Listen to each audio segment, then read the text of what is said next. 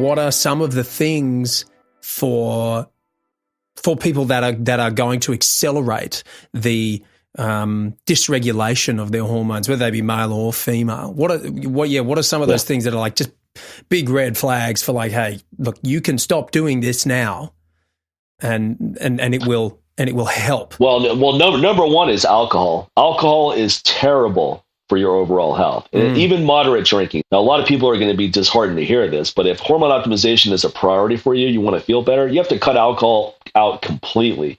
Not just drink every once in a while, out completely. Down the line, you can have a drink from time to time, but if you're in a really imbalanced state, you want to cut out alcohol.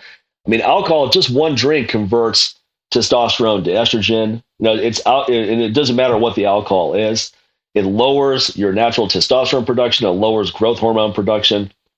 And that's just from one drink. So imagine people just on a bender every weekend, or people that have a couple drinks a night and think they're okay. So alcohol's got to go. If you care about your overall health, there's no safe level of alcohol. All this nonsense, the French paradox, where they go, hey, what about the French? They drink wine, this and that. That's all nonsense. Believe me, cutting out alcohol will only improve your health. It's not going to have a deleterious effect on it.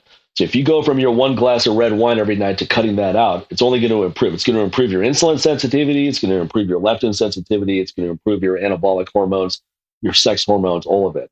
It's also going to improve your sleep. And that's one of the other reasons why alcohol is so bad for your hormones, that just one drink has a really negative impact on your sleep quality. And sleep is everything. You show me people that have poor sleep quality, I'll show you someone that looks way older than they actually are. I have friends that are like my age who look 10 years older because their sleep quality is so poor. They're way more wrinkled, got these big bags under your eyes, and you're just lethargic. You have this lethargic look to you. So like alcohol is a big one that people can cut out. Improving your sleep quality is crucial. A lot of people just, they think sleep is negotiable. They think it's or they think they're special. They go, you know what? I don't need 8 hours of sleep. I do fine with just 4. And that comes with a cost. That comes with a big cost. I guarantee you, no one does fine with just 4 hours of sleep. You might be existing in spite of that, but eventually it's going to catch up to you. And it's going to catch up to you in a serious health issue. Yeah. You may have a heart attack out of nowhere. You may develop some other serious health issue. And it could be just from years and years and years of poor sleep or no sleep, or just being in a deprived state.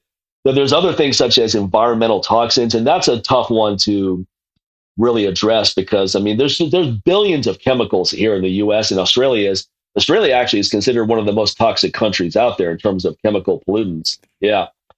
So I didn't know that. These environmental toxins are hard to manage because they're so ubiquitous and they're so profoundly out there that you can't avoid it. Yeah. Only thing you can do is if you eat as healthy as possible, you have a good amount of fiber in your diet, that'll help remove some of these things out of your body. Yeah. That one I try not to worry about too much. Let's focus on the things we can do something about, not worry so much on everything. Because a lot of these chemicals aren't even categorized. There's so many of them out there, and there's such an abundance of them. So the alcohol is a big one. The other one is stress. And stress can be a nebulous term as well, because people are going, well, look, life is stressful. My job is stressful. I've got this going on. And I get all that. And the goal is not to get stress down to zero, but the goal is to eradicate stress that you can eradicate, such as not wasting a lot of time on social media. Social media is incredibly bad for your mental health. Oh, man. Right? People that are scrolling Instagram for 4 hours every night. Have you noticed that everyone is on their phone no matter where you go? Mm-hmm. You as a musical performer, how many people in the audience are on their phone the whole time while you're performing? Well, what's to an me, interesting it's thing ridiculous. is that it is insane. But what's a really beautiful thing about the gigs that I do is that there's not that much of it, and it's rare for me to see a group of people who are. I think it's because it's classic rock, so it's the audience that I play to are usually you get an older audience. They're like 40 and up usually. Obviously, there's younger people, but they're in the moment, and it's a really beautiful thing. And I've noticed how rare that is. You go anywhere where anyone is waiting, everyone's on their phone.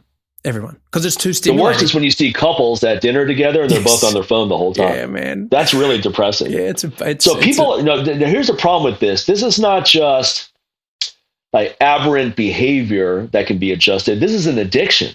Yeah. People are addicted to looking at their phone. They're not looking at their phone because they're bored or they don't have anything else. They're addicted to looking at their phone. The second they hear that bing, they have to look at it. Here's what social media does to you.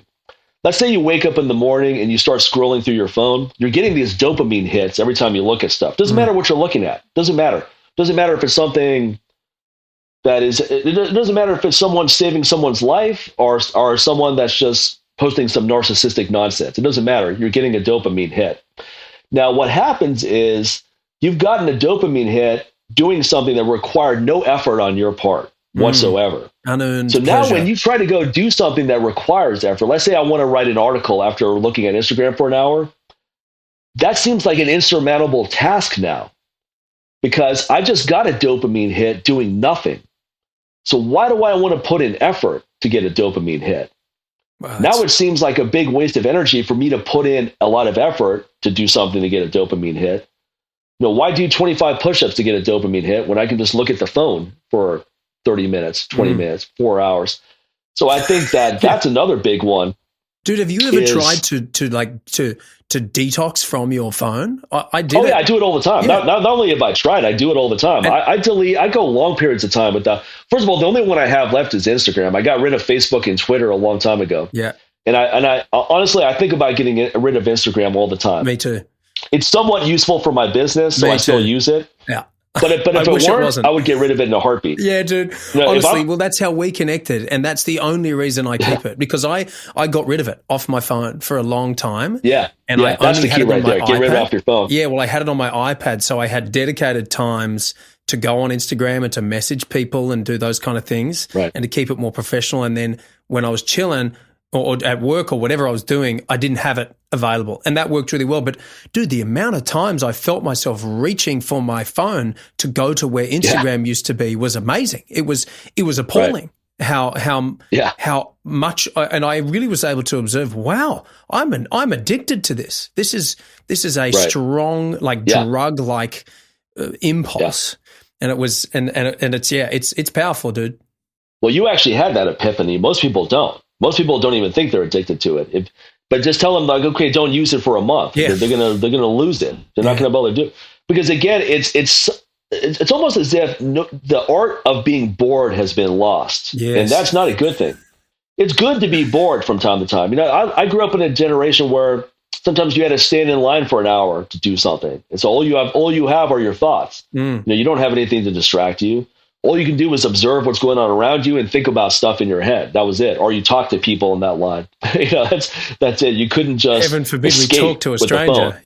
Yeah, exactly. You actually had to talk to people. Real world interactions. What are we going to do? Yeah. Now, no one ever has to be bored. Now, no one ever is bored now because entertainment is right there. Hell, you could be at a stoplight waiting. You can check your phone. I've done it. You're, oh yeah, I've done it too. I don't want to sound like I'm so above all this. Like I'm not falling prey to it.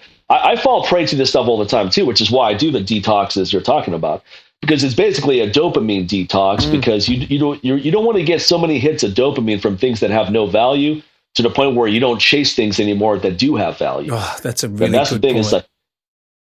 It's like dopamine hits should require effort. You should actually have to earn it, because then that creates a good addictive behavior where you're going, okay, I'm going to work out again because I want to get that feeling again. I'm going to cook a meal because I want to get that feeling again. I'm going to go for a walk, or I'm going to write an article, or I'm going to do whatever it is. I'm going to pick up the phone and call a friend, because no one calls each other anymore too. Now it's all texts and messaging and things like that.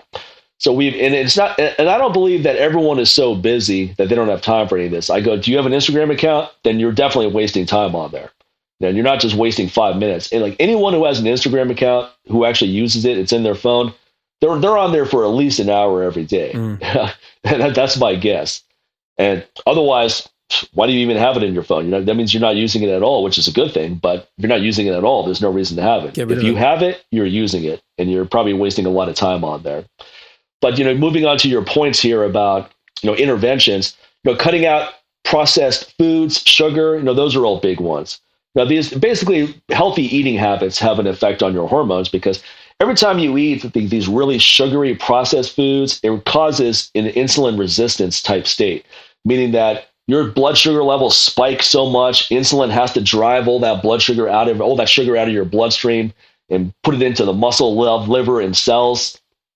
And over time, it gets overburdened doing this to the point where you want to keep insulin sensitive to where you only require a small amount of insulin to drive glucose out of the bloodstream.